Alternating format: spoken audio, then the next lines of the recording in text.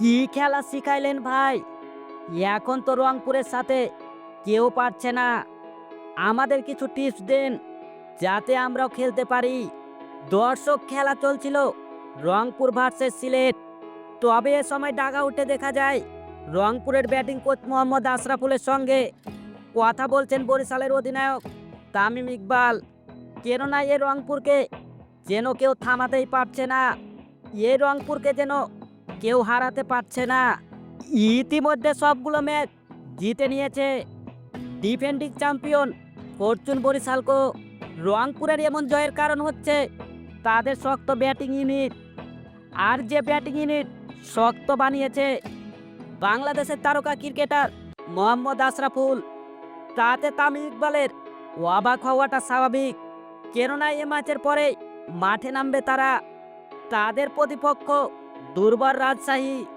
তাই তো মোহাম্মদ আশরাফুলের সঙ্গে কথা বলে নিজেকে ঝালিয়ে নেওয়ার চেষ্টা ফরচুন বরিশালের অধিনায়কের।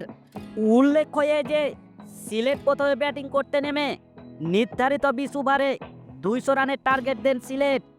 আর ব্যাটিংয়ে জবাব দিতে নেমে অ্যালেক্স হেলসের দুর্দান্ত সেঞ্চুরিতে 8 উইকেটের জয় পায় রংপুর রাইডার্স।